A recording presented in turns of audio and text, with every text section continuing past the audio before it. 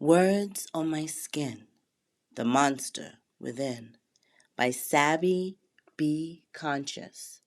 Journal Entry 5. Dear Diary, yes, I'm back. I know, finally. It's going to happen often, though. I enjoy going off and vibing with the universe. I love delving into writing some poetry or creating some new quotes. I like thinking about our talks, my relationship, and how it could possibly benefit you. It's going to happen. But when I come back, just know I'm ready to divulge my thoughts. So, where were we? Oh, yes, the monster. So, I know you're curious about how I discovered this monster I keep referring to. I touched on it earlier. I merely stumbled upon her. Out of the blue, I decided I wanted to rediscover my body and found it. Okay, that's a lie. And I promised I wouldn't do that. I didn't stumble upon her. He actually wrote me a text, and it said this: My anticipation, salivating, waiting. You intrigue me. Although the months are passing by, I know our interaction is inevitable. I need you spiritually, but want you sexually. I have dreamed of feeling myself inside of you, ready to release your pent up frustrations. I long to connect with you, to unravel your thoughts, to unwind your body.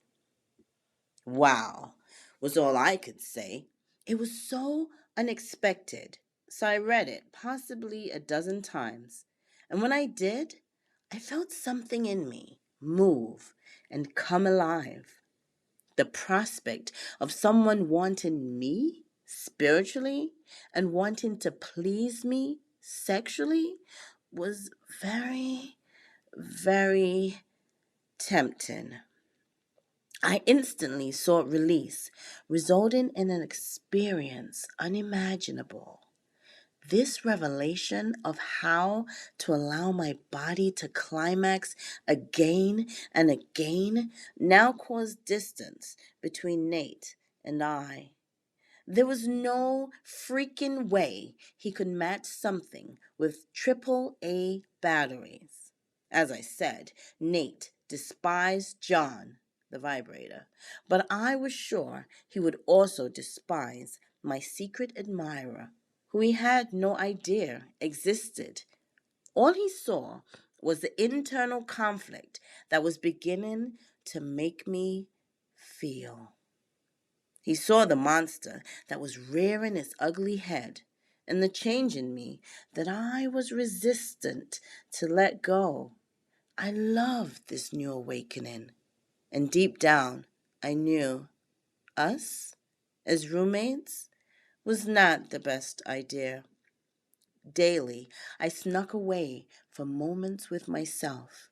I remember the happiness I felt in knowing Nate was going out, as I would be able to steal a moment with me. In his presence, I was ashamed, but when I was by myself, I was free. Truth be told, we have been taught to be sexually repressed. We've been conditioned to want a life of illusions, white picket fence, 2.5 kids, and let's not forget about the dog, or cat for that matter. We are sucked into a vacuum that we can't extract ourselves out of.